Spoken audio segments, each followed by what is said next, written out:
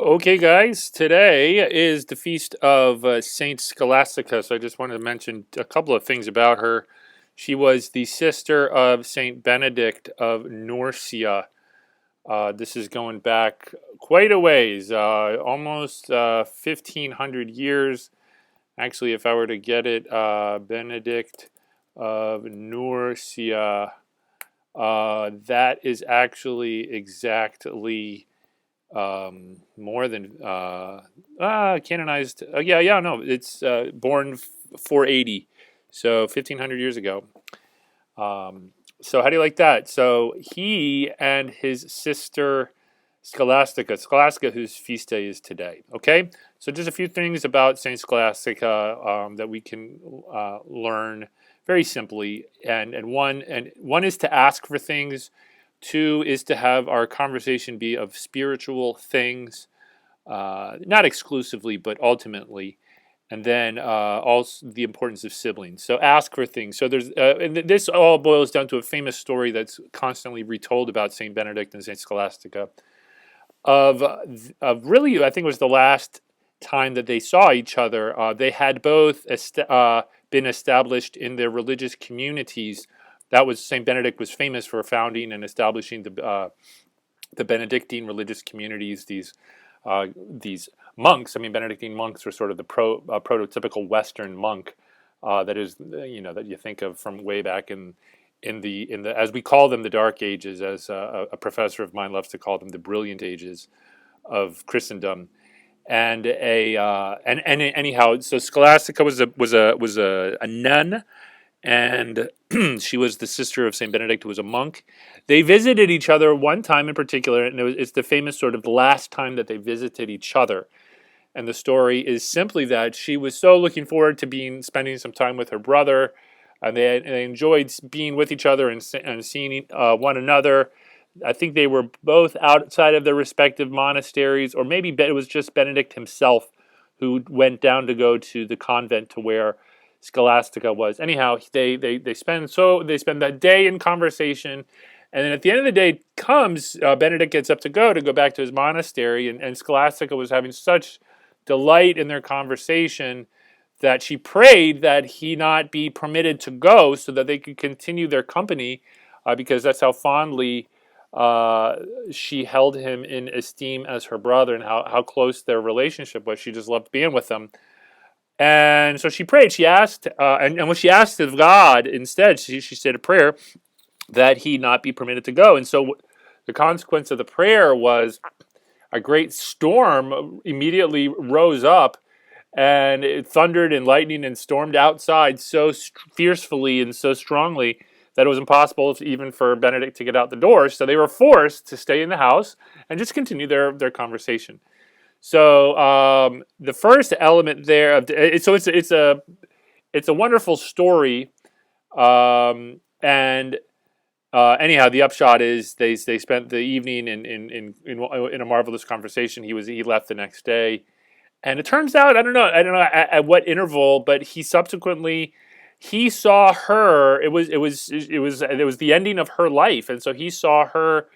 He looked down in the direction after he had returned to his monastery, in the direction of her convent, and saw her soul ascending to heaven as a dove. And that's the experience that's the story as Benedict tells it. So anyway, but that evening was the last evening that they had spent in each other's company, and so the a few of the upshots are: one, ask for things. Like, clearly, it was a great thing for Scholastica to enjoy the company of her brother, and for them to share each other's company and conversation, and this fondness that each of them had for each other, which was rooted in the love of God. And so she asked God. Even though her brother wasn't willing per se to do it at first, God was happy to grant it, and so she asked God, and it happened. So the key for us there is ask for things. Ask God. I mean, as long as they're good things. I mean, as long as they're not evil things. Of course, you can't ask God for evil things. But if it's something that you want, ask Him for it. Make your prayers known to God. Okay, that's the first thing. The second thing is to go ahead and delight in the spiritual conversations. It's okay to talk about things that are very meaningful and give us the highest uh, joy and the high and the deepest fulfillment in our conversation. We don't always have to talk about. We could talk about anything good, but as this conversation with between the siblings was, it was as a spirit. They were talking about God. They were talking about heaven. They were talking about the life that Jesus came for us to have. They were talking about just the exalted and most beautiful things. So to have St. Paul says our citizenship, our conversation is in heaven.